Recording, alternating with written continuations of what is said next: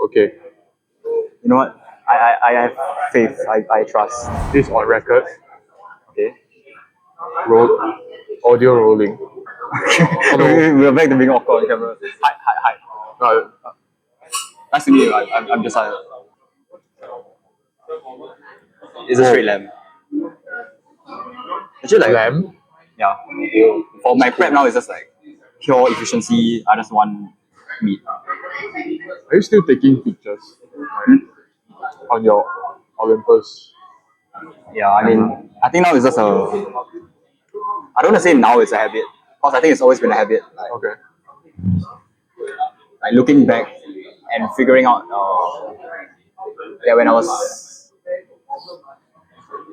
since I discovered, like, I guess, Facebook when I was 9, I've been like documenting my life mostly online. I think while I was in poly, I had like less access to cameras. I mostly just loaned my school camera, which was more for like work, or my brother's camera, which I'm still using now. It feels more like a tool now, like your own personal, when you want to do stuff. Then you do. Back then, I had like no idea of like what I even wanted or could do. To be fair, I was living more like my lifestyle has completely changed, like 180. Whether it's like all the gaming, the health, my focus, life priority, everything has completely shifted. I think when you enlist, even though it's not gonna be like the same as the normal PES, but I think a lot of life that will come with its own lifestyle changes. So I guess, I mean, if anyone were listening to this, no one will know my health conditions since it's more recent, like updates, right? From this year. Basically, I have high cholesterol, and it's not from my parents. The doctor says it may be a genetic mutation. So like there was some act in Singapore that was just passed that like I think will help like them, gives us free genetic testing. So I'm waiting until I go into NS to like get that. Ooh, do send me the link. No, I think it's for people with high cholesterol. So that's me, and you don't have that, unfortunately. I have insufficient good color. No wait. HDL? Oh yeah. My HDL is slightly lower. I did a blood test. I went back. Yeah. Mine was like what? I mean, 3 or 4 blood tests like across 2 years. And it was like really abnormally high levels, which is why across all 3 of them, which is why they really think that it may be my genes, like, so it's not from my parents, it's just my genes mutated at some point. I mean at the beginning, I guess. But so it could be the mole issue. Right? Oh yeah. So then I started taking the medicine because like I went on like the extreme health status, like health obsession last year. Then I like tapered off that because like I think there's different seasons of life I was going through.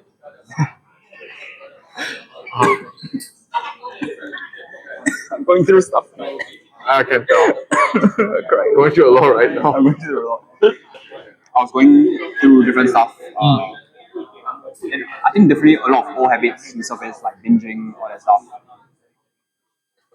Actually, yeah, wait, around that time, last year, I discovered I had mold in my toilet. I mean, I already knew it was a problem, but like, it really grew up ahead. So I think around when we stopped posting regularly on the channel, I went to go clear it once. But then from there, I started like showering at night only. I had a lamp in my toilet. Then like, how does that? What? How does just having a lamp help? I don't understand. Like the lamp thing at night. oh, just like avoiding bright overhead lights. Okay. I just do that generally. Yeah. And you only shower at night because you don't want to expose so much. I mean, it's like 1 hour before bedtime. Like that's why I said generally like it became habit. So I did that. So I was like showering for a few months already. Oh, You're not even a few months. It's like continuously. Thank you. You're welcome. I usually shower 15 minutes. Few months is quite long. Consistently at night, like for like a lot of months. Uh-huh. I think even like half a year or more. So I cleared it once at that time. Then after that, like You got spray with the anti-mole. I think that time I just use a cloth and like I legit just go scrape everything. Usually they spray the thing that they add bleach into it, so it helps to kill it. Oh, my room also have the top. I keep spraying. My door frame used to be filled with mold. So I have to keep spraying, wiping out. Then dehumidify using the machine. Yeah, apparently it's like I didn't even know it was so big of a problem Yeah. until I like identified it again like a few months, 2 months ago, I think. Then I realized it was right after like one of the cholesterol checkups. So I started taking the meds already. Then after that, I was like, it had no effect on me for the dose, which is like of the statins, which is like actually like quite shocking to my doctor. Then I was like, what are the possible other causes? I went to go search or ChatGPT, whatever. And I found, mold. Like mold toxicity can cause high cholesterol, like bad cholesterol, LDL, and like I then looked into my toilet and I was like, oh, this entire all the corners of the walls, everything is legit like black. Like and black mold is like the worst mold or something. And I was like, oh, then my toilet has no ventilation, so it's just dark. No, like it's just damp. That's why it can go very shit. Yeah. And that's a probable cause of. Yep. So I've been on like a detox diet. I'm eating straight lamb, minced lamb. Yeah. My room also had that problem. I think especially after COVID, because I sleep till very late. Then the condensation from my aircon at the early, like when you off the aircon, you will have condensation. That feeds it. Then it only happened near the door, which is further away from the window. Because the air there is a little bit more stale and it's darker. There's no natural light there. So got more mold. But like constantly airing out and whatever helps. But I think for bathroom this one very hard though. My house has no windows, no ventilation, no nothing. That's why like I chucked my air purifier inside there. Then like That helps. I went like That's two secure. different times of like scrubbing down, toothbrush, all the corners, everything. Like there's still some stuff like stuck in there. You but can go get those mold remover. I got a lot of like more. yeah. Now, They're pretty cheap though. So it's mainly just bleach. It smells like bleach also. yeah. I think at some point lamb got stuck in my throat. Oh, At some point. it's okay, take your time. I mean, very topical, talking about mold, airways. I really like what. So basically, legit living in my gut, that sort of thing. And I realized it was causing me to like binge a lot. Like even like I guess since towards the end of last year, like my mental health got worse. Emotional health, everything. Like, and I was binging a lot, like both physically, like food wise, whether it's environment, everything, or content. So then it's like, what are the causes of that? Oh, it may be like legit mold growing inside my gut microbiome and sort of thing, and it just feeds on sugar, which is what like really like the cravings are very strong for. So I was like, so that is a most likely cause, and I need to work against it, which is now apparently mostly lion's diet, meat, salt, and water. I should probably do something like that. Even after like being in a relationship and whatnot, I still have episodes of just binge eating, especially at night. My cravings get hard at night, and when willpower is low, then it gets easier to start binging content also. It's questioning whether, to what degree is it just Mental, psychological, yeah, right? is it just like, like I have bad habits, like I have bad cravings and urges, like very strong ones, and then like getting to the root cause is more like, is there anything in my environment that may be causing that? Because your body on its own will not, I guess for me, have high cholesterol. Like randomly for no reason, right? Then even if I take the meds, and it doesn't like help, like that means there must be something else. I mean, yeah, they upped my dose. I took it for like 3 or 4 days. Everything was sore. Like I was just exhausted. Basically, then I was like, I'm just gonna stop because I chat GPT further. Like I sort of fed everything about my life to chat GPT. Just a side segment. Yeah, to like get like health advice, like what 200 IQ, or 180 IQ, financial advisor, nutritional, like pocket nutritionist, that sort of thing. That was like, oh, tendinopathy, which is apparently like shoulders, like joints, that sort of thing. I was like working out with my friend, and then I could legit feel weird things happening to my shoulder. And I was like, oh. At some point, my shoulders became.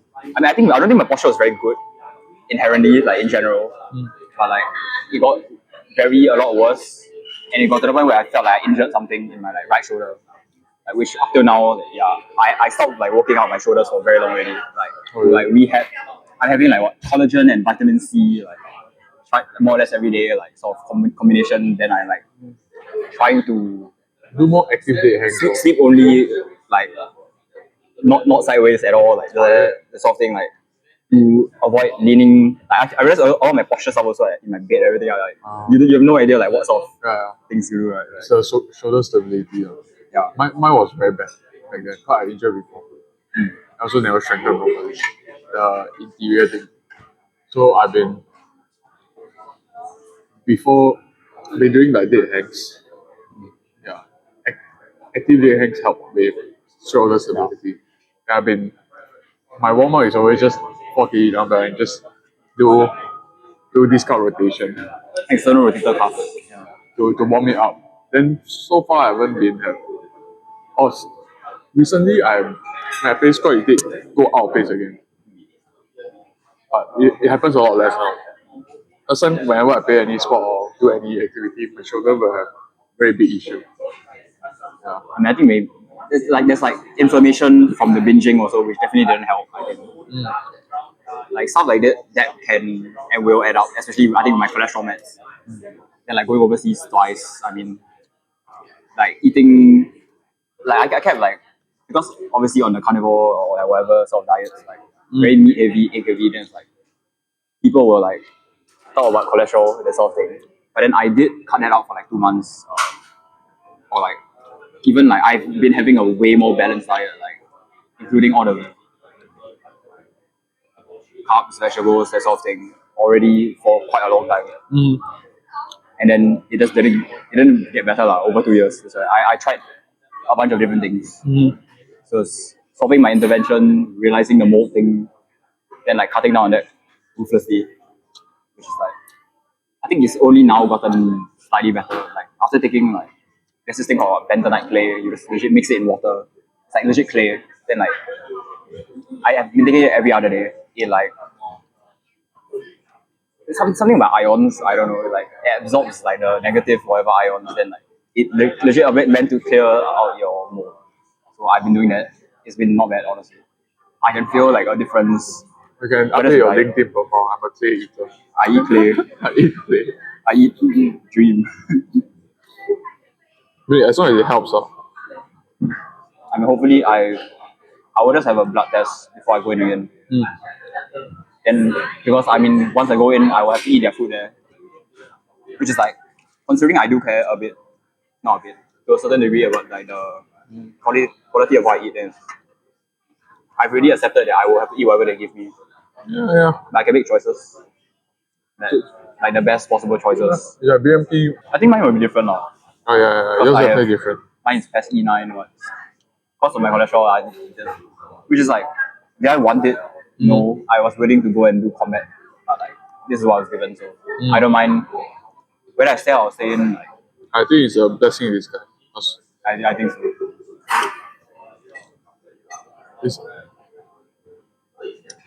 I mean, there is a lot of benefit from going through hardship with a group of people. You get the social bonding aspect, which helps with a lot of hormonal release, those positive hormones. But at the same time,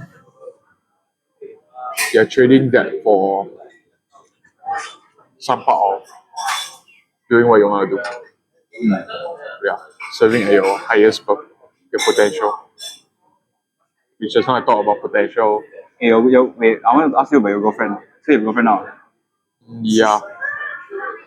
The last meeting, the last update I haven't. That was a while ago. Right?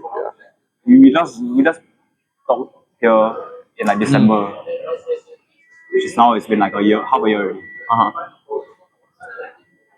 Congrats.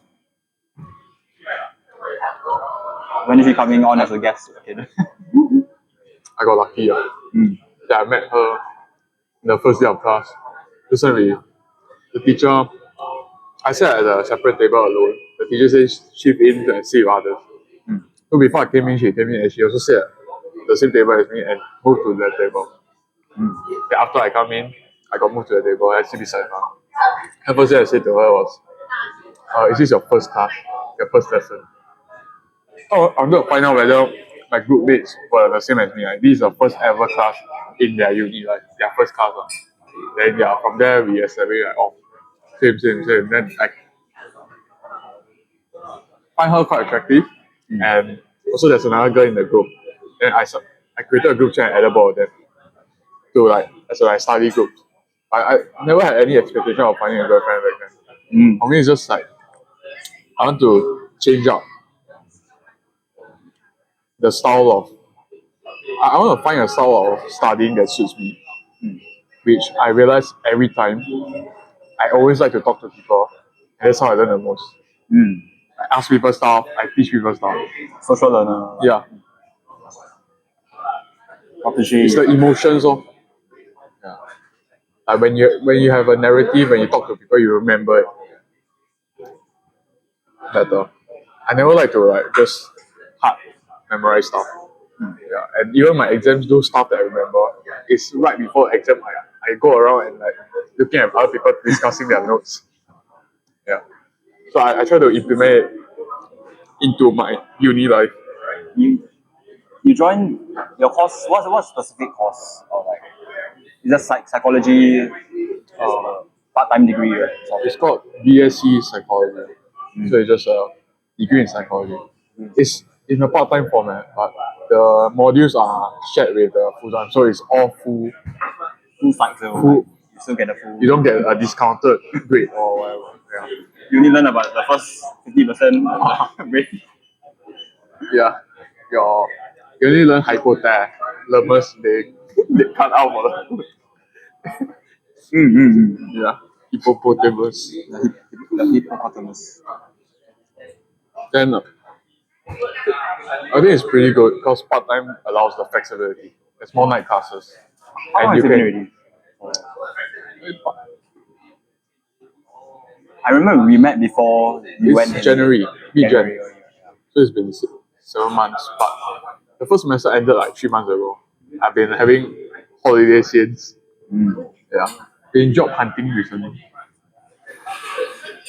You went in, found a girl, focus on studies, right? Mainly. It just developed very naturally. I just talked to her more. Then she also showed a bit of interest. Then started asking her out to study outside of just school. We started with just studying in school and stuff. But back then I was just like, oh, just nice. She was put in my vicinity, and I needed people to socialize in school. Yeah, then from there slowly learn about her and the interest how to go. Yeah, but even like up till I never expected to end up being a couple. It's really a chance encounter. Like. Yeah, and I also had a lot of my mindset last time before I go into uni was that it's a numbers game. You have to maximize the traits of your girlfriend. So I was always looking at the things I want to look at, and no matter who I meet, I always find flaws to keep options, to keep the doors open. Yes. But then So you like throw all that out, or like you just stop I had doubts when we were slowly moving towards like the direction of being a couple. like I was like, oh shit, I need to commit now. Like, is this the right person for me to keep going with? There's some fear of like missing out on other potentials and stuff. But I just remind myself, I talk to my friends, I think all the things we talk about in podcasts before, like journal, talk to friends, meditate. You think external perspective, Yeah. see whether it's an objective like good match. Right out. Why am I thinking like this? What is the source? Is it a problem? Or is it my own like problem of my psyche? Or is it an actual objective incompatibility? Yeah, then I realized that no, actually she checks almost everything in my in my like, ideal personality. So we just one step after the other got together. Yeah. And she's also religious. She's a Christian. Yeah. So even though I'm not religious, but I'm one of the character traits that I desire in a girl was that they're religious. Yeah. So because of that, it helps for me to find an actual direction also after being in a relationship. I realized that all the things that I used to put beneath me, like finding a job, working, savings, eventually work towards like buying like applying for BT and all this. Those have been my current like it starts to become a concrete plan kind of thing. It becomes one of the area of focus. Yeah. Of course it all aligns with previously I think I talked to you before, like my aim is always just I think the number one is always character building. A good character, you'll do the right thing. Good value system, you'll do the right thing. Even though circumstances might not fit, it might not be desirable, but because if you can use it to build character, it's always a good investment. Secondly is my priority is relationships or family connection. So building a family, improving a current one, like not one or the other. It's like, use it. Yeah. Use the relationship that I have, that I am entering to build my pivot, like with my parents, with my brother, all this. Yeah. So we're learning how to be. They do sort of that your partner will also inherit your like family, your in-laws or something. It's a two-way street. Yeah. I mean, they are our support system. So like a lot of people, if they are not supporting you at all, then okay lah. You can always just create distance. If they are like causing more harm than good, like it or not, I have to consider myself as still a teenager slash going into adulthood. But I'm not self-dependent.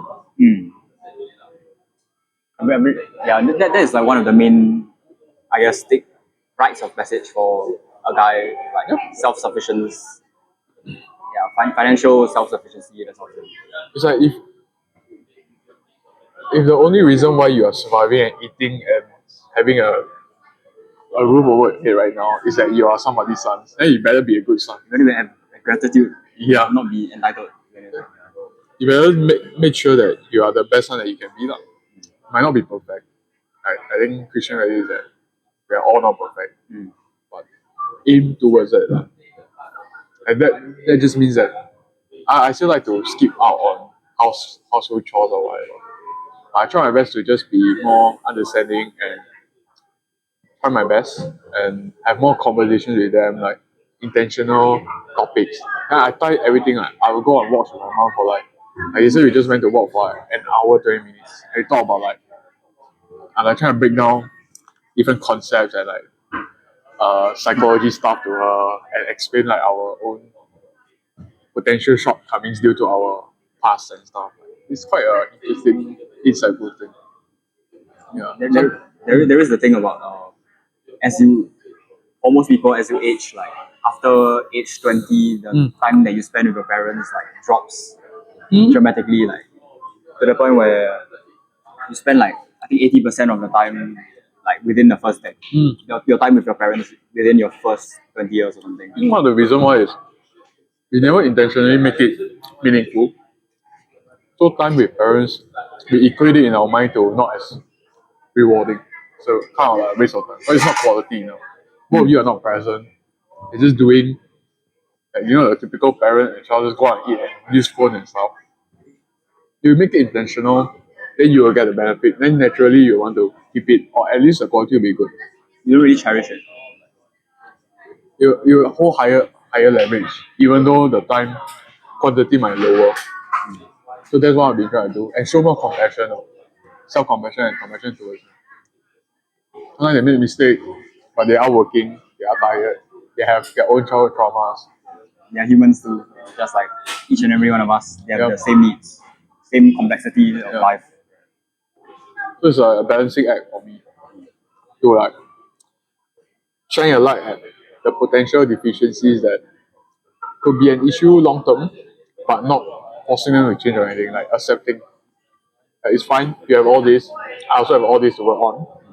But that's what I learned about, that's what I think is, I might not be right. But if it's insightful, then because my mom is like, she joined a Tibetan Buddhist temple. So she's been going every week, like twice a week for like um, chanting and praying all this. It's like a spiritual practice. And she's finding slow but steady spiritual growth. So like maybe along the way as they are, they call it xing. I think one of the part is mental, knowing yourself and like knowing how to control yourself to be more to work towards the values. And Buddhism is the right mindset, right, basically all the right stuff, the right motivation, right. So you examine your own motivation, you examine your mindset, you examine your words, what you talk about, who you care about. Yeah. Like if you're afraid of people judging you, why is that so? And how does that show up in your life? Then she started to realize she even though she says she don't care about her employee talking like drama and stuff, but the fact that she's talking about it multiple times, yeah, it shows that there is still the aim is not moved elsewhere, it's still on it. Just that you try not to look at it. It's different from just looking at something better. But like, you fixate on what you try to avoid. But it's very hard to shift because it starts from young, start from the reason why I keep looking at the same thing that you look at is because that's what you grown up knowing. Condition to. Spiritual practice helps you to condition, rewire yourself. It equips you, you still have to put in some effort, but it at least gives you the tools like meditation, mindfulness. If you're not mindful, you cannot do that. You cannot shift your aim. Yeah, things like that. And It's just, I think acknowledging that like parents, they can still grow, they can still learn, yeah, even at any age. yeah, And it's like you may have, they may have been there for you like when you were more like formative stages, but then now you're more, I guess, develop your own person, and you can see them for more of like who they really are, in a sense, less of like a caregiver, more equals, being more friends. You see the ego side of them also. You realize that they have their own ego. They believe, they see things through their own lens. And in order to influence that lens towards a slightly better one, less toxic one or whatsoever, sometimes you need to be able to empathize. If you can't say, you can't discuss stuff from their point of view, then they will just treat it as we are on different sides. It's the emotional standing beside you kind of vibe. That's sometimes very important. Before what you say, your logical response sometimes don't matter. You might be right. I mean, yeah, you have to like talk with people, not talk at people, in a sense of like connection. Real connection is not going to be like prim perfect. It's going to be, when you're close to someone, you will see their flaws and everything. That's how that works. Like vulnerability, intimacy, all that. And knowing how to navigate through this. Because someone close to you, you have your own sets of habits, conditions, responses. You have your own problems. Oh yeah. I find it useful for potentially for my future, not just for like parenting next time myself, but also therapy work. I am currently aiming for clinical psychology. That's like, I guess, my third priority. Like career-wise, I just want to zoom in into one thing, which is clinical psych. Therapy work just it requires you to acknowledge not just the logical side of things, but sometimes it's more of the emotional side. You have to read between the lines. Sounds like you still care too much about this, and it's causing you to feel this way, and that's why you're doing this. Am I right? Like, it makes you, it forces you to verbalize how you empathize with them, which help to establish the trust. And without trust, there won't be any growth. If they don't trust you, there's no real work being done. You can talk all you want about psychology concept or mental health concept or change your habits or whatnot. All the self-improvement content, you can repurpose them into your own words, but it doesn't reach them. This is what I realized. I think, yeah, we talked a lot last year. This is put it as that. Like, we talked a lot. We Talk a lot. Way too much, maybe. And then since then, it's just been sort of figuring out how to actually apply what we talked about. Yep. The frameworks that we came up with together. It's also a stress testing the concepts and whatnot. Some things sounds good on paper, but it's not as practical as the game. Like it could give you a lot of leverage in the right circumstances, but most of the daily time we don't really need it. It's a just in case kind of thing. Yeah. Good to know, but like that's all. Touch and move on. I read this from I think Don't Split the Difference is the FBI negotiator sort of book. Then he was talking about how labeling things, labeling emotions for people, like will help them. Like, are you feeling this way? Like that will help them to at least try to stop and like, identify whether they actually feel that way or feel some other kind of way. And then you really want to do what works in the sense of cutting to straight to like assuming that everyone is logical and rational. Like, that is not like the way things work. We work through first emotion, like response. Even us, as we are trying to break things down logically, rationally, irrational, we still see things through our own lens. It starts with like why, like from there, then everything else like comes out. Label your own emotion also. Label your emotion. Then you can make real growth. With parents, is like I think the thing is spending an abnormal amount of time with them, which I mean, I think that's my like underlying why I decided to go more into working with them for as like they have tuition centers in Singapore, 3 branches, and then I'm just working as their digital marketing director. So I started actually I guess stepping into that role since I graduated. You probably have more opportunities to influence them the right way. Because natural occurrences will come up. Then it's a time for you to practice overcoming your own firing also. Oh, I tend to react this way when I get emotional. And why do I get emotional when there's conviction? You start to realize, then you communicate to them. Yeah, I see that in you too. Like when I do that, I get defensive whatsoever, then you get defensive also. And then it becomes a lot of unnecessary friction. Why is that so? What do we actually want? What's the right way that moving forward we can do better? And slowly you learn, they learn, everyone learns. It's like figuring out the new dynamics. Since I am, let's say, becoming more of my self. A lot of people fear of, oh, they are so toxic, they will influence me badly.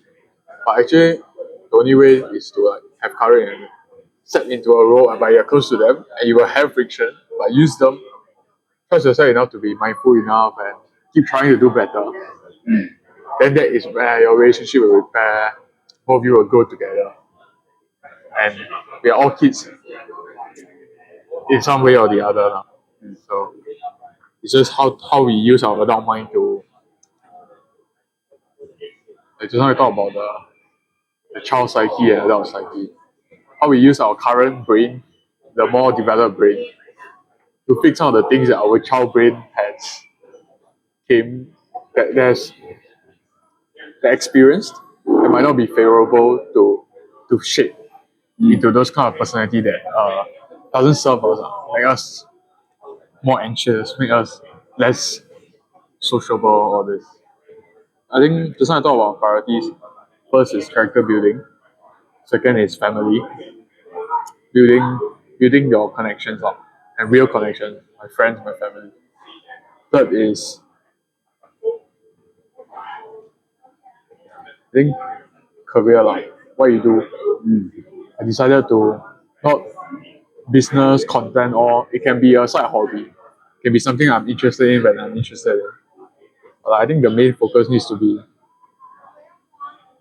being serious enough in the world of psychology to become someone of value. Practice properly, learn the right way, the scientific way. Not use our own biases, not availability bias, heuristics, all this. Not trying to find evidence support what we already believe in. Yeah.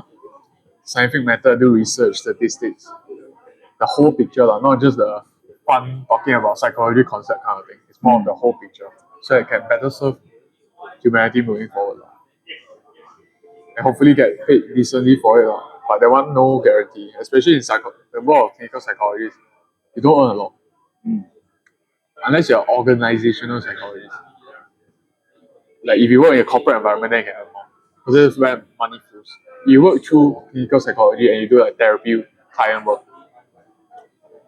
The amount of money you earn is not equivalent to the time and financial investment they put in. That's what a lot of the psychologists has been saying that I've met. Like I go for talks and stuff. The long-term prospects are. Yeah. For me, at least I have one aim first. Things might change, but I think it's a good aim. It's not easy also. So it aligns with character building. It helps with understanding myself, fixing myself also. But you want to give people therapy, you have to go through therapy. And also family building as well. Like I already helped my mom and like not just help her, but like help each other. I already like apply it in my own life. So moving forward is gonna be better and better. It's more synergistic. So I say all these three priorities, but it's the same aim. The bullseye is the same spot. Yeah, in some sense. That's like the ideal. How about you? What are you interested in recently? Genuinely, like, oh, this is cool. I'll do more of this. Is it your experience at working for your parents? Does that interest you more? Like, oh, this actually, I'm finding a footing here, your own footing. To me, that's more like a. Everything comes down to serving. In a sense, you mentioned serving like humanity. For me, I just want to, I guess, serve wherever I'm at, which is in the sense of since I already have connections with my parents and they do need like marketing now with the social media landscape that has evolved to this point. You do need a presence of any sort. So like helping out with that, given my poly like course is the like apply has like applicable knowledge. So it was a no-brainer in a sense, and like I need starting capital to even invest in whether it's like camera lens or like like sustaining my life, having savings of any form to earn money. What do I need to do? I need to provide services.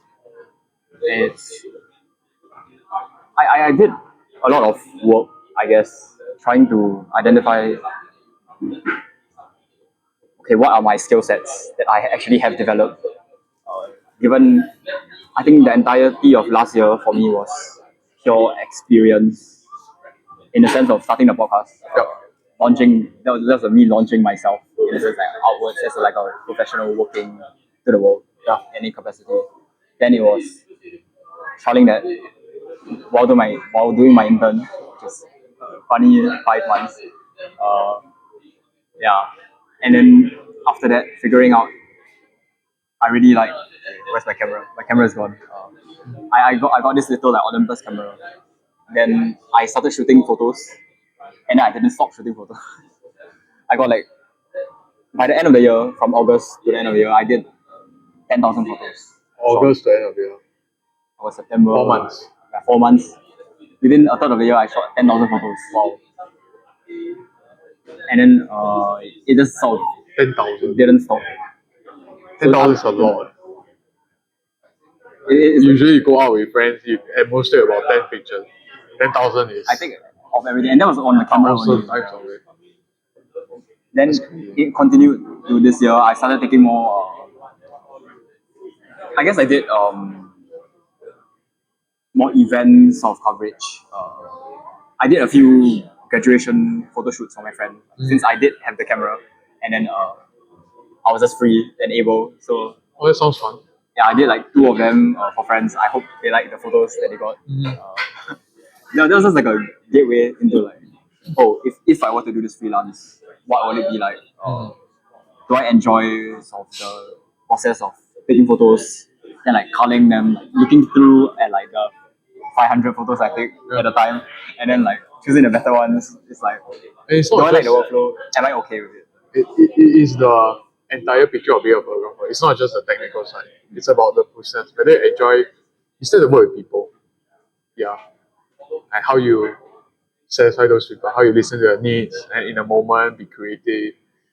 Yeah. Being resourceful, meeting where they are and all this. It's part of dealing with human beings, and it's part of being a photographer. The thing with photography is that it's so wide. You can take photos of anything and everything. Yep. And in a sense, I think I do have that, I don't know, range of variety.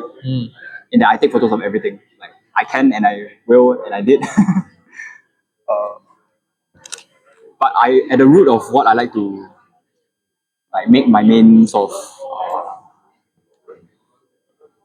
thing, I guess my thing of photography, it will be like still people. With that and videography too, which I sort of discovered more towards like very very recently. By the time this video is out, I will have posted like a very strong passion project. Of just like this weird in between graduation and my enlistment. But it's like I think that will help me fill my gap also. Because it's hard for you to say what you've been up to. Because it's all a lot of things capturing. I cannot express, and like yeah, it doesn't make sense. Like It's part of the creative journey. You have to like, you're in the moment of creating stuff. You don't really reflect everything until the work is done. Then you can sort of like, it's preserving moments for like to look back fondly, like going forward. That documenting I did since I was a child. Like I look back on all, like I have like a 40, okay, not 40. It was originally 40-minute long video of like me in church, like just shooting random friends, like videos zooming in on my iPhone back then. That was like quite scary to look through and realize how many photos and videos I took even back then. And then I went back, found my old like digi camera, my Fujifilm digi camera that I got in like primary 6, 12 years old. Then I saw all the photos back there. I when I first got the camera, I legit shot everything. Sort of thing. And now I still do the same thing. Especially around friends, I will like social gatherings. My ideal spot is shooting like behind the camera, behind the scenes, as opposed to like being more in front of the camera. That sort of thing. for me to some extent, I also do that. I like to film what's happening around me, like my point of view. But it's not more on just focusing on other people, but focusing on what's just going on, like that moment from my point of view. I always my phone scan what's happening. And protein. What? Protein. Oh, protein. Your story. Protein. So your stories are a spectacle. Everyone is talking about it. I didn't even plan that. It's just like, oh, protein. Funny. Yeah. That's cool though. I'm excited to see it. I think a lot of people will want to watch. You should link it. I mean, if it's public. It'll be private. It'll be private. Okay. It's like a collection of videos I shot over the last, I guess, few months since I've been playing around with the camera more. Actually thinking about getting into it more professionally. I mean, my thinking about like videography as a whole, it started when I got that job offer from Kush, that reference. Then I was like, yeah, I turned it down because I was like, it's not really my style. And I was like, wait, what does it mean to like what is my style even? Yeah. Because Why do you feel that it's not your style? yeah, that was like what are the possible styles out there for videography work even. I found out there's a whole bunch. There's like corporate. There is more YouTube style. There's just a whole list of them. Now I looked through. I was like, do I like events, covering events? Do I like more film style, creative, that sort of thing? And I realized I do have a passion for like really home vloggy. I think the word that I use is like intimate, more intimate, V shot. You want to film for average Okay, family member looking back. Like you want to capture the emotion, the nostalgia. There's nostalgia feel. There is that level of not really romanticizing life, but like I like. It is There's a song what to me you are a work of art, and like that's like one of like the core songs that resonates with my soul in any sense. Like to me, people like are really works of art, and in that sense, helping them make art out of their lives. Like, I think that is like one of the few like tugs like that tugs something that tugs my heart out, in a sense. So you use content to bring out the beauty in the ordinary, in a sense, because everything can be quite beautiful. Human life, the things we experience, is quite cool, but we kind of take it for granted and just keep going and keep It going. becomes wallpaper or like the norm to us, but to me, that's why it's a very subjective lens for me. I think it's In good. the sense of I notice a lot of things that people don't really notice as much. I take photos of everything. Why? Because like that's what I'm Beauty paying is attention. in the small things as well. It's all the small things, all the day-to-day random, like spending time with your friends, the downtime. I'm just there shooting you, like zooming into your face, like whatever. Like I love that sort of thing, but I also love the more pretty aesthetic, and I want to get into like more cinematically shot videos in a sense. So, but like I think the cinematic part will come as long as you slowly improve your work. I think that is not like you. It's very hard to just like you can always like go watch a course and learn how cinematics are. But I think it's better to have a reason to watch those videos. Like you are working on a project that you want to improve it just a little bit slightly. Yeah, I think there's the iteration, the repetition that you put in. every project has its own like distinct feel, its own distinct like objective. Every creative project. So I'm like I want to get into whether weddings, film, all that. More I don't want to say more professional because yeah, in the end I came to the realization I want to help people make out of their lives. I want to follow people on their journeys and then like make art out of it. So how can I actually that's what I want to do and that's what I did in fact like during my holiday this sort of like in between season. So if money was out of the equation, what would I do? This is what I would do. I would want to do this. I would want to help people. Whether I was thinking more practically, then I was like, oh, now YouTube is the thing. People like doing vlogs, like lifestyle content. I realized what I watched in the past. I watched a lot of like eating Mikey Chen, like sugary dumplings. He's just like going around eating food, vlogging, travel. Yep, same. There's like the life of Riz. Riza or something. I don't know what her name is. Life of Riza. Riz. She does like Lizzo. very like aesthetic vlogs, that kind of thing, like documenting her own life. I want to help people like whether it's editing them, because I can do that more remotely, I guess, or like being the actual like personal cameraman, like videographer, photographer for people. Like, So that is find where people that have the desire to create this kind of content. Then you add your spin of you hone your craft of making the details beautiful for them. systemizing because I have a very systematic mind in a sense, and but I also do have the artistic. I can see, from what I understand is you are currently at the stage of life but you need to put in the repetition and doing something you're intrinsically motivated at, that you have strong interest in, and you're trying to slowly introduce, like you don't want to, the reason why it's not extrinsic motivation of achieving financial compensation, but you trying to find a way slowly of how you can use introduce money into the equation as something that helps your original interest, which is just to create this kind of content and getting better at it. I think the thing with this entire podcast right, last year was that it's very me focused in the sense of I was editing and I was being on camera, and I think I like the being more behind the scenes, even in social settings. That is just a large part of who I am, and So you yeah, this podcast was like too much on me. I felt like it was too focused on me because I would just constantly be directed back towards me when I'm editing, hearing my own voice, staring at myself on the screen. So I don't mind. I believe that my most maximum point of contribution is more behind the scenes, like at this level. I think the current layer of I don't know whether it is long term or whatever, but for now, yeah, I can say there is the most meaning.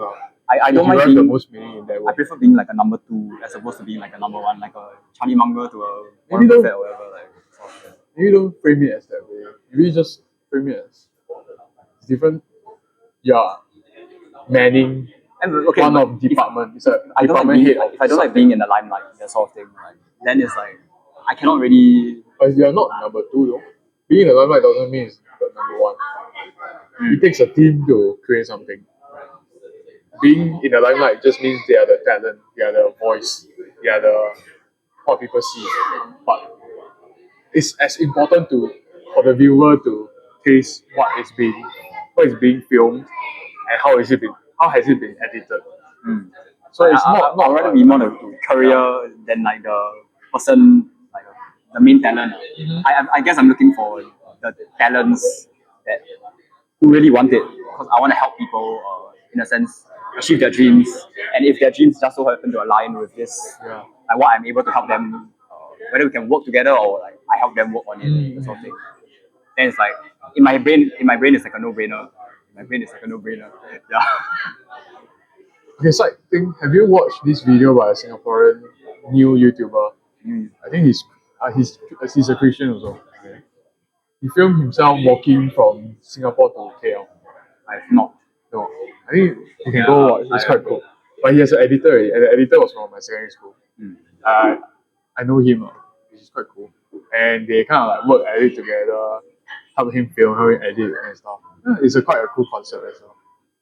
There's a like Ryan Trahan, like the guy in the van editing his stuff. Like, that's my idea of like what I want to. We're watching his 50 States in 50 Days series. Yeah, it's like this like lifestyle. Whether it's like that's the main idea, and it's like my thinking more practically in terms of monetization is I don't have to ask for like up. I'm very privileged to the point where I can sustain myself with family and like the family business and all that sort of things. So I don't need upfront payment in that sense. I don't mind putting in like help, work for free first. work for free. And if the talent is really, they have to really want it in that sense. And then like they have that drive on my same level. So we can both shine like, together. I'm just more shining like behind the scenes, systemizing the thing. So facilitate the process. And then like it's a matter of like chance, time, like if we have that same like dream, that same goal, alignment, then it's like a matter of like success. I mean, if success is defined in the moment as just doing what we were called to do, in a sense, like, I do not mind facilitating that. Yeah, I think that's good. I think success is It's what we finding joy in what you're already doing. Yeah, I think one of the thing is being you are.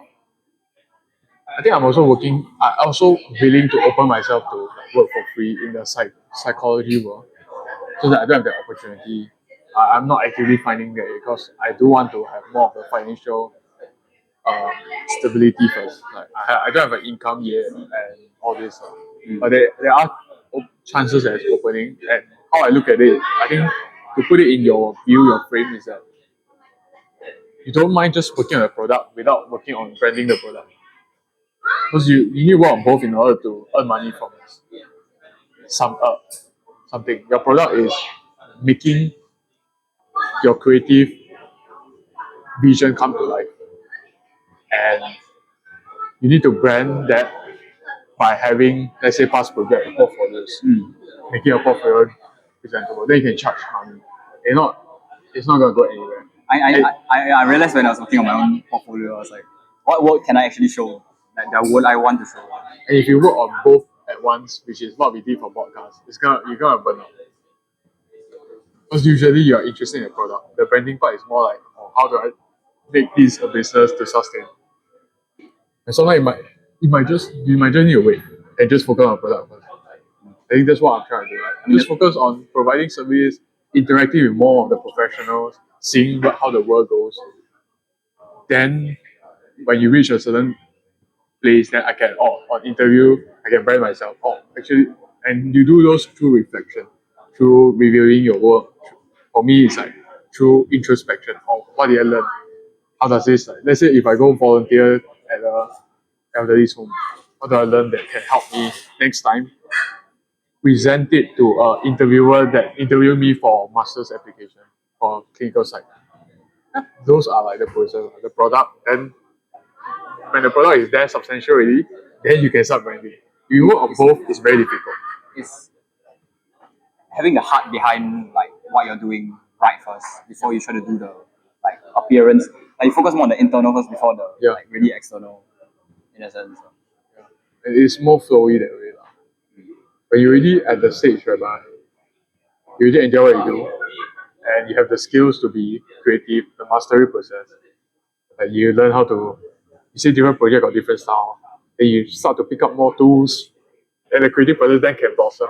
It's not you're stuck with like you don't know what to do. The creative process is like you really do need the random outings, like people to drag you out, like random chance encounters, random mentors or people. Like I went to volunteer in my like church sort of to cover events, photos, videos, that sort of thing.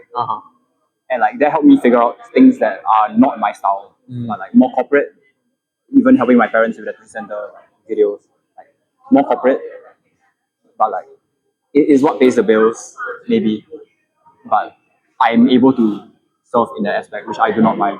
And you're not, and there's less pressure than trying to like earn money from them. And it's not about me. That's why it's like they'll be grateful forever, but because of that, you have less pressure to achieve perfection, but instead you have more bandwidth at learning after the fact. I think that's a good thing at least. There is like the Jordan Peterson suffering, anxiety, like proclivity to depression. Like all that is linked to self-consciousness, like being too focused on yourself. Like, it legit is a thing. And I realized like even on stage, whether it's on stage, like public speaking, if you're too focused on yourself instead of like speaking the truth, like then that is when you feel the most self-conscious and like nervous and everything. I also realized that during podcasting last time, whenever I try to say something, to think about how I appear, that's my inner, I tend to mess up my word. I tend to not able to, the words don't come to me. When I'm talking to you, I direct to you or the audience or whatever, I'm able to do it clearly, with clarity. I legit go into the flow state. And the words just come and you get your points across effortlessly. I think that's the inner thing. To the degree that the event is inappropriately about you, like you will feel like suffering, you'll suffer.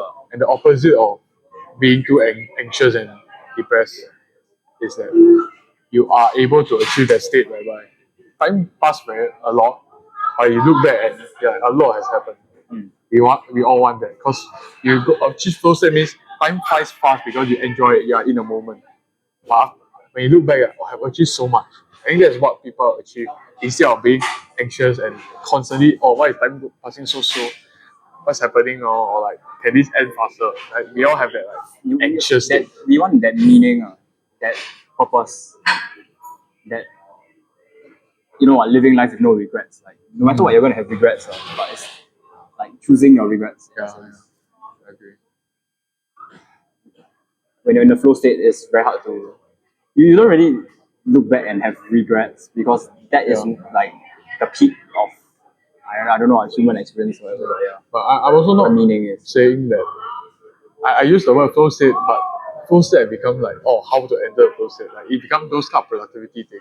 I think it's just more of like a perception thing. The perception of how fast time is passing and how you view how much you enjoy it matters when you look back. It's the narrative. It's like this conversation has been flowing. I look back, oh, this is a very good episode, and that's all it matters. Even if this is not recorded properly or it didn't post, I'm glad that happened. Yeah. It's more just sustainability and it's more internal rather than external. Yeah. It's less about like the result. It's more just the process, the journey. 99% of it is the journey. This is the start and it's the end. The journey part, you have to care about the journey part. Find the meaning. That's the only thing we can control. We don't know where it ends and how we started. Yeah, this is it. The more you know, the more you know that you don't know. Like you if you're honest about how much we actually don't know, how much we were yapping last year on all our episodes, like we don't know a lot of things, which is like being able to admit that even Yeah. like, not have that intellectual pride. Like, for me, it's been crazy to like it's just constantly my experience or like my worldview in a sense has just been rapidly like clarifying in a sense of before that I feel like I was really living life on blinders, like with blurry vision or like a blocked nose, like I couldn't breathe properly. Then it's just I was so self-centered, stuck in my own mind. Mm. It's just slowly expanding. And like, oh, it's less about me, more about other people, and it's like that alleviation of that burden is like, where is that in a sense, like flow when it's more about another person. And I can think of a few things to encompass what you just said. Is like, okay, I think the aiming part from Jordan Peterson. Let's just look at dark box. If previously you are kind of growing, learning how to aim, but you're looking at the wrong thing. So even if you hit, no, even if you hit, what call it? Even if you hit the bullseye, but that's the wrong target. You know what I mean? But you focus on shifting towards the better aim, then that can be you're going towards the right thing, in a sense. Yeah. if you want to fail, you fail towards the right direction. Yeah. You fail forwards, Yeah. fail backwards. I think important kind of like imagery that I have is, games there's like prestige. I think back then we haven't prestige yet, so we keep trying to grow, trying to level up on the wrong prestige. Instead of just reaching a certain amount of point, then shift your aim towards the next prestige and work towards that goal, then you'll feel better. Then after you reach a certain point, maybe it's time to go to the next layer. You get what I mean? So like we were still at the ego, like everything is more about me stage. Which in psychology that it is a part of development, and some of us can start and never move on. And it's good that our brains are plastic and we can move on before it's too late. There are some people that they are more childish I mean that than someone that's younger than them because of that. I feel like comparison in that sense is quite grossly inappropriate in a sense. But it's just accepting that each of us, how do I phrase this? We all have our own limitations. Some people have the ability to express themselves more, maybe clearly, more uniquely. So it's not like you compare in a sense. You just each one has to like help the other person like where they fall short. We all have blind spots, that sort of thing. So it's just in a sense, it's just everyone has to contribute, has to serve like the opposing people. There's no need for like, especially as we age, like the differences between each and every one of us like will, as you grow more into your own person, you'll grow more different and different from everyone else. Like by definition, I think. And also, when your aim is different, when like, let's say someone's aim is material success, another person's aim is fame, another person's aim is God. another person's aim is running away from fears, something like that. The older you get, the more distinct people get because we start to have freedom to we can exercise more of our own freedom of decisions. Oh, I can choose to do XYZ today or tonight when no one is watching. And that can have a lasting impact. We gain Before more that, autonomy. Yeah. As kids, we had less autonomy. you have to go to school at a certain time and wake up at a certain time. So uh, there's not much variability in terms of uh, it's already quite diverse. But the older you get, the more easy to see that difference. And I think just when you talk about like helping other people, I think when you put your aim at the right thing, you will help people as a byproduct. People will come look for your help. And as you're helping them, you're helping yourself also. Yeah. Sometimes you can be the one that help people change their aim. Those are the podcasts that I want to watch that inspired me. Like, oh, this is interesting. And those are the time that I learn more. So Hamza helped me escape from the first level to the second level, the second prestige. Afterwards, another person come along, then John Peterson come along, then come here, keep changing my aim, material success. Our efforts is uh, running stop escapism, start being more competent. After competency, I start to focus on success or law of attraction. How can I attract success into my life? How can I be better than just competent? How can I be extraordinary? After I realized that fulfillment and joy, positive psychology. How can I position myself so that I can practice positive psychology and just be grateful to choose to be happy at any time before then let success be a byproduct.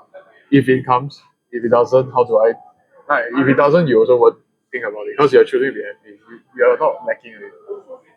Is Then slowly the aim keeps changing. ever like clarification of that aim? Yeah. Like there is going to be noise all around you. Mm. Everything is really noise. All external feedback. That's what feedback is. Like input. You have a lot of input, different inputs, but then from there, you can choose like what you do with that information, and you want to like It's the logic of data processing. Like you cannot process data is everywhere, it's unorganized, chaotic. Choosing the logic like the if loop, while loop or programming in order to achieve the data set that is relevant, that is what you want, the goal of the organized data, that is usable data, you have to go through all this information that is chaotic.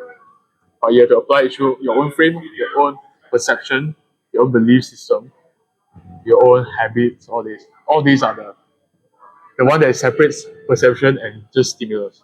like it or not, you're part of this world. You'll be exposed to everything. You have to expose yourself in a sense. If not, you'll just be completely detached from, I guess, reality. Yeah. So expose yourself, but then from there you need like the right. Okay, battery exhausted. Okay, we're just gonna end with audio. You just have to figure out your aim first of all. Like you, where you aim at is like whether you fall short. Like at least you're going towards the right direction. Yeah. Yeah. Whether you have to like crawl or like crawl your way there, like that at different stages you will maybe crawl, sometimes you walk, sometimes you run. You have to like see like what level of input is necessary in a sense. But like clarifying your aim again and again, because if you're on this journey, you cannot really like you need like a Google Maps of some point of some sort, I guess. You need navigation and you need help on that navigation. If you want to go far, go together. If you want to go like fast, go alone. But like what your journey, you're not planning to go, like F1 race and then like crash, right? It's meant to be like a journey that you enjoy with people. When you go, when life feels like it's going too fast and then like you're unable to metabolize a lot of things. I also realized that It's bad. as you're talking, I realized that it might not be true, but what came to my mind is that some people that choose choose to aim at material success, yeah, it's also, even though it's on themselves, but it's still in relation to how other people view them. And it could be maybe they got betrayed, maybe they got bullied when they're younger. That's why they want to, in relation to others, they want to have that dynamic. I have power again over you. I actually like the analogy of, like just now you said aim, even if you need to crawl. I think I like the analogy of having, let's say, a prey, you're a hunter. You have some sort of weapon, you are aiming at it and throw at it. Even if you miss, you slowly learn how to aim better and throw better. And you might miss a few more times, but you get better at it. Then the prey that you're aiming, it could be a rabbit at first, and afterwards it shifts to a bigger as you get more skill in a sense. So you have to choose to learn the right thing to throw at, learn how to throw. And you have to actually aim at a thing, you cannot just aim at nothing then throw, then you don't learn much. Like playing games like that. If you don't shoot at heads, how you know how if you're improving? If you are just praying. Yeah. And then you have to accept that you have needs. Like, why are you even aiming at the target? It's because you need food. You have needs, you have desires, you have wants. Like, how do you integrate? How do you integrate that properly? Don't aim for a rhino before you can aim for a rabbit. Even if you can just nice throw, get lucky, you might not get lucky again. Then you miss out on all the progress and happiness along the way of hunt, starting from a smaller hunt. Okay, we are all not hunters now, but it makes sense to me. The imagery comes out. We are all editors of our own stories, in a sense. We edit not just videos, not just podcasts, but we edit our own life story through like journaling, through reflection, introspection. That's all we're doing. Editing. Yeah, and if your aim is to have a fulfilling life, edit it to be fulfilling. Choose your own story. You can look back at your past and you can edit your own story. You can't dictate what happens around you that you film. Okay, that is another analogy. You can't dictate what happens. If you want to do a zoo vlog, you can't dictate what animals you're going to see. Maybe you can plan a bit. A lion might start hunting a tiger or something. Question mark. Then you film it, they edit it to be fun in your own view. What you want out of the project. So like you said, editor. Our memories are not perfect. They are flawed in a sense. That's why you can really, you need to exercise that power, that ability to rewrite what or cover up. You need to process, just process. Look through everything, see what fits, see what objectively happened as best as you can. See what you can do to affect the story going forward. You have a choice. You can choose your own story. That's the main. Is it a story of redemption or is it a story of what's the alternative? I don't know what the other alternative is. Choose redemption. If you're honest with yourself, even if the aim is not that noble, it's fine. Just leave that version first. Just aim for that first. Just accept that your life right now is not the entire story. There's something. There is still more chapters to read. Okay, that's it. That's the end of this. It's a good catch up, good meal. Yeah. Alright. Let's end. Bye.